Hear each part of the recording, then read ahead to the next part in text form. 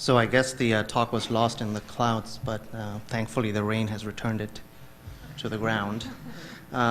So this is really a collaborative project between Sarah Stewart's group and my group in trying to understand the origin of early terrestrial atmospheres and to come up with a framework that's applicable for both, or for Venus, Earth, and Mars.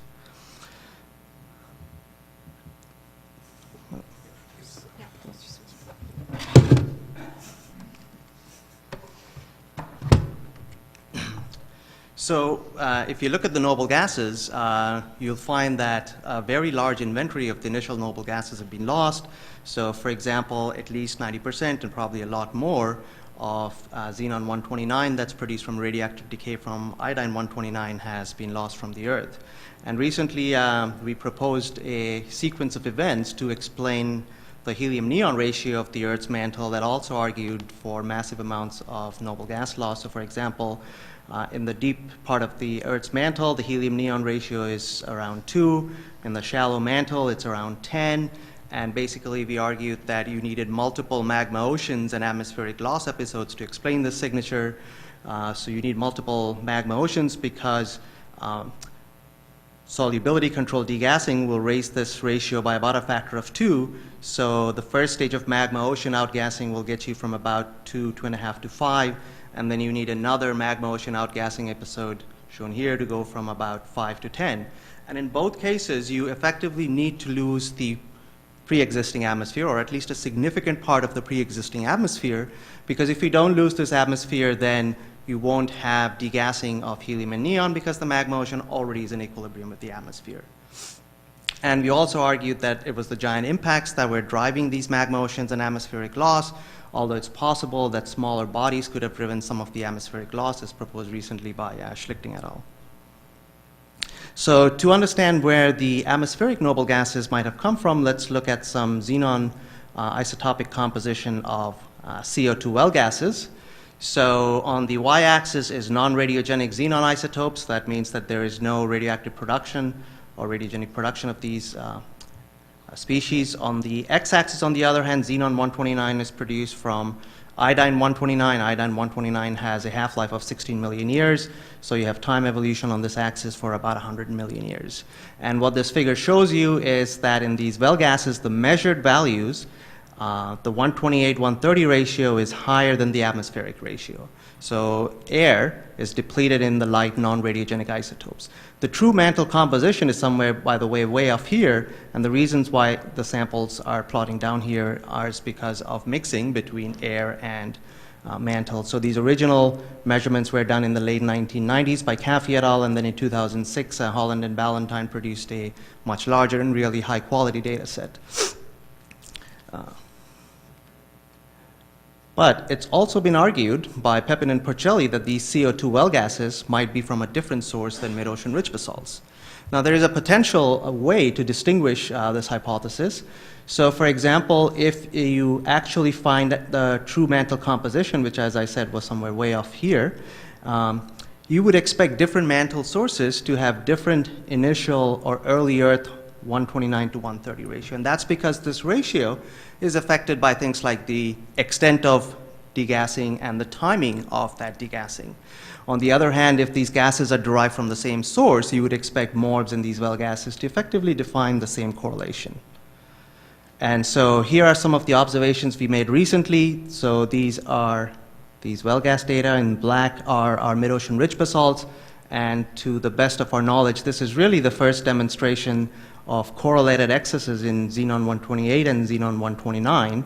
And although you only have 4 data points, this really represents about 300 measurements, and each of these data points represents the error-weighted average of, so for this case 47, for this case about 83, and so on. And the reason why you have to do these very large number of analyses is because unlike the well gases, mid-ocean rich basalts or ocean island basalts don't have a lot of xenon to measure. So in most cases, you're limited by the signal size. And that's the beauty of these well gases. You're not limited by sample size, and so you can obtain very high precision. So you can extrapolate this ratio as shown in this inset here. So this is really where all the data points lie.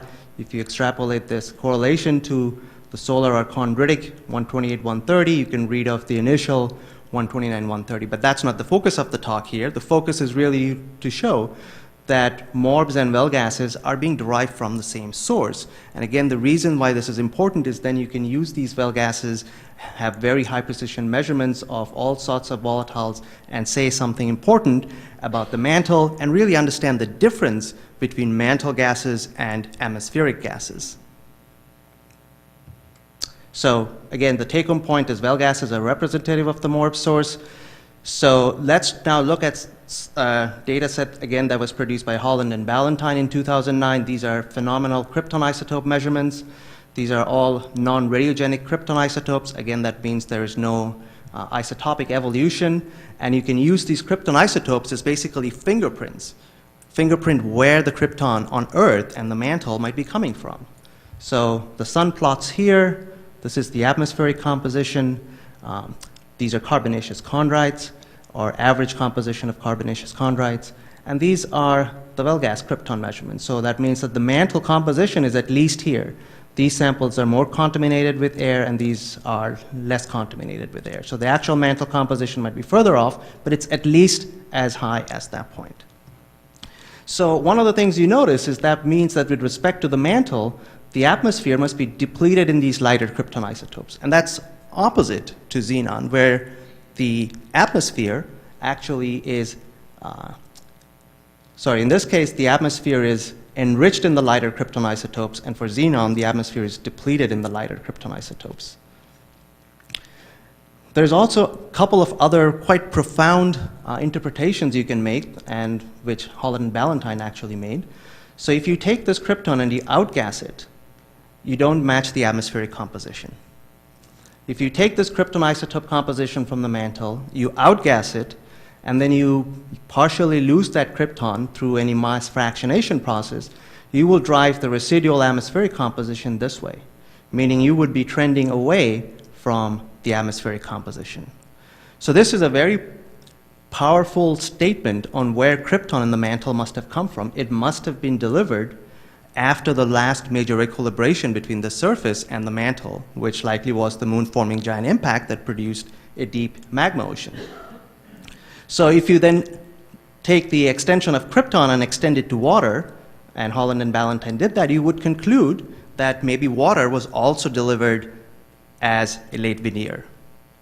But I think in this case, you actually have to be careful in taking noble gas data and trying to extrapolate it to some of the major volatiles. Before I go there, again, a couple of take-home points again. Atmosphere depleted in light xenon isotopes, enriched in light krypton isotopes, mantle outgassing followed by mass fractionation cannot explain the mantle atmosphere difference, so you need a late veneer component for the krypton. So what we think is that the Earth's major volatiles actually were delivered during the main phase of accretion and then sculpted by loss. And recently, both Bernard Marty and Alex Halliday pointed out quite a large depletion of nitrogen on the Earth compared to chondrites. So this is a plot taken from Halliday 2013. This is the hydrogen-nitrogen ratio, carbon-nitrogen ratio, hydrogen-nitrogen-carbon. These have isotopic ratios that are identical to carbonaceous chondrites, telling you that they are likely sourced from those parent bodies. But if you look here, compared to these objects, Earth sits way out here in hydrogen-nitrogen space. So it means that while you were deriving these volatiles from these carbonaceous chondrites, there must have been a process that led to depletion of nitrogen on the Earth with respect to chondrites. So we have replotted this up here. Again, if the Earth had the same elemental ratio as the chondrites, it would plot here. On the other hand, the Earth plots here, showing this profound nitrogen depletion. Alex had argued that this nitrogen depletion was related to a nebular process. We argued in this 2014 paper that it actually was a loss process associated with the giant impact phase, the same loss process that led to helium-neon loss from the Earth. So in any case, you would conclude that water was mostly accreted prior to the last giant impact, because if all of the water and all of the nitrogen came in after the last giant impact, there really wouldn't be a process that would be able to produce such large fractionations between nitrogen and hydrogen.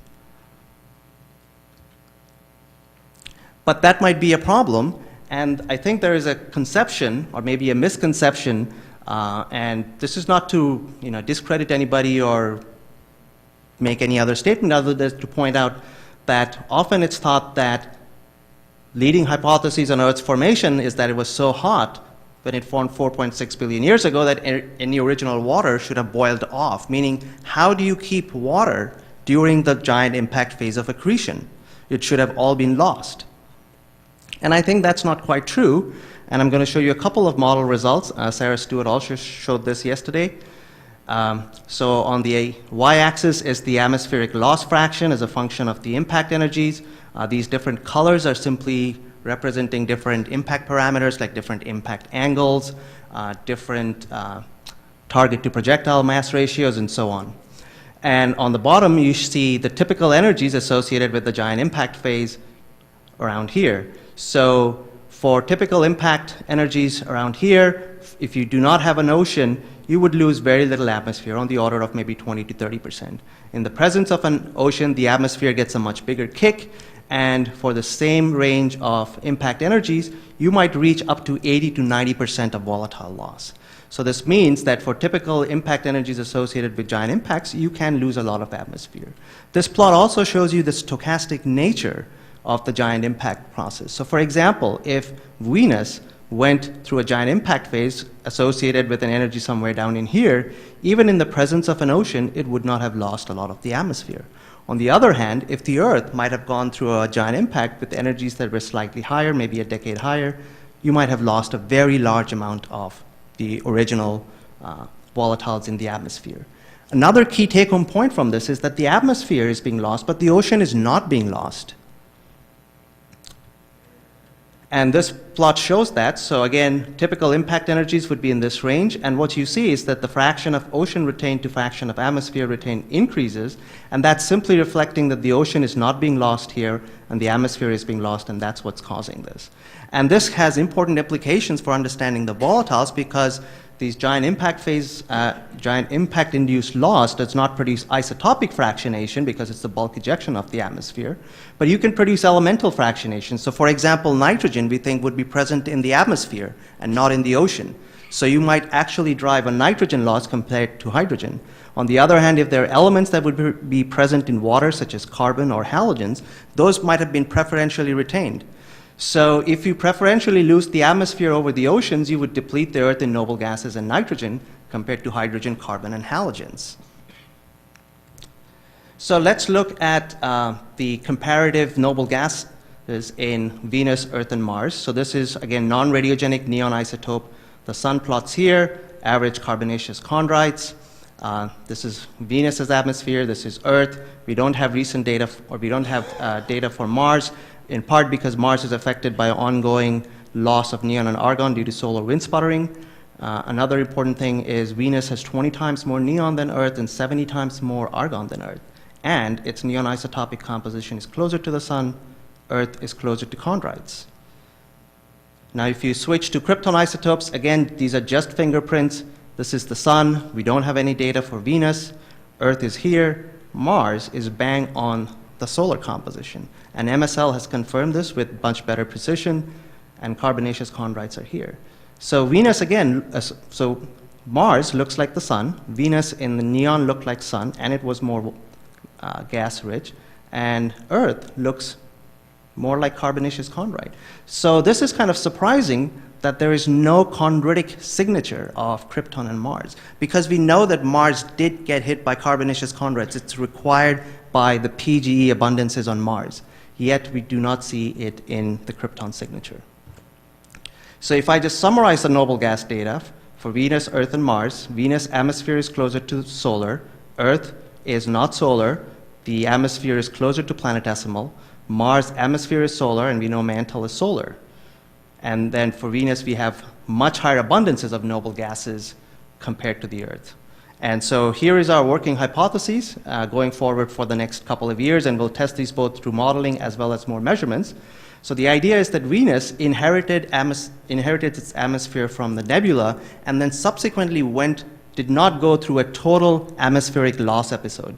The Earth likely went through multiple giant impact-induced loss episodes. And for Venus, you also inherited a chondritic component from late planetesimals.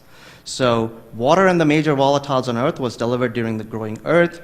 the ocean was not blown off, and we think that the atmospheric noble gases on Earth are primarily derived from late accreting icy planetesimals. For Mars, the solar noble gases are derived from the nebula. This is reasonable because Mars's accretion is done in 2 million years, and by that time we think the nebula would be around. And the reason why you don't see the chondritic component is because the impacting velocities are high enough that the gravity field of Mars does not retain the impact vapor plumes. So the gases that end up in the vapor plumes are lost from Mars's atmosphere. So even though you can accrete the refractory components on Mars like the PGEs, you won't accrete the volatile component on Mars. So I'll leave you with the summary here, and if possible, take questions.